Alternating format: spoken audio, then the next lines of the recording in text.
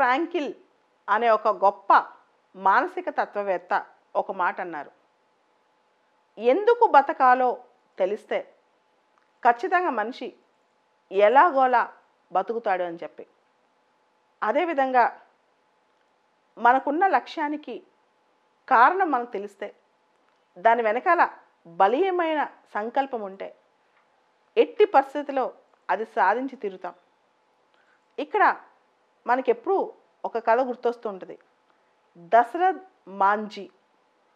దశరథ్ మాంఝీ అని ఒక బీహారీ అబ్బాయి తన భార్య మౌంటైన్ నుంచి పడిపోయి ఆ గాయాలతో చనిపోయినప్పుడు ఆ మౌంటైన్ మీద నుంచి రోడ్ వేయాలని సంకల్పించి తన సొంత లేబర్తో తనే పనిచేస్తూ కేవలం ఒక ఉలి తీసుకుని, ఒక పలుగు పార తీసుకుని 22 సంవత్సరాల పాటు కష్టపడి ఒక మౌంటైన్కి రోడ్ నిర్మించాడు. అంటే ఆ మనిషి సంకల్ప బలం ఎంత గొప్పదో చూడండి. ఒక మౌంటైన్గా ఒక వ్యక్తి రోడ్డే కట్టాడనమాట. సో ఒక మనిషి అనుకుంటే ఎంతటి దానైనా సాధించవచ్చు.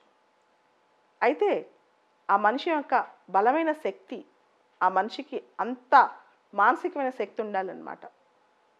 మనిషికి కొన్ని అద్భుతాలు జరుగుతుంటాయి. మన మనసులో గట్టిగా తలుసుకుని 100% ఫోకస్తో ఏ గురైనా మనం పెట్టినప్పుడు అది ఖచ్చితంగా ఏదో ఒక టైంకి, దానికి 10 ఏళ్ళు పట్టొచ్చు, 5 ఏళ్ళు పట్టొచ్చు, 2 ఏళ్ళు పట్టొచ్చు, పెద్ద పెద్ద లక్ష్యాలు అయితే 20 ఏళ్ళు పట్టొచ్చు. కానీ ఏదో ఒక నాటికి ఆ ఎండ్ అనేది మనం తీసుకురాగలం. కొన్నిసార్లు మనకు అనిపిస్తుంది అనమాట, అసలు ఈ జీవితకాలంలో మొత్తం ఎండ్ అయ్యేలోపు మనం అనుకుని చేయగలం అని చెప్పి.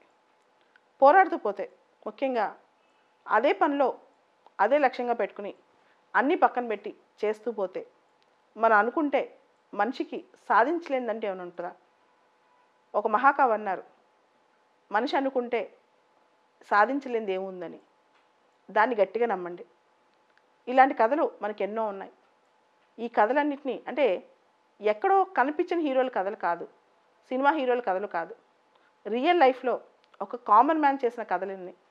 ఇలాంటి వాటిని నిజంగా ఇన్స్పిరేషన్గా తీసుకోండి. మనిషి అనుకుంటే సాధించలేదంటూ ఏమీ ఉండదని అర్థం చేసుకోండి.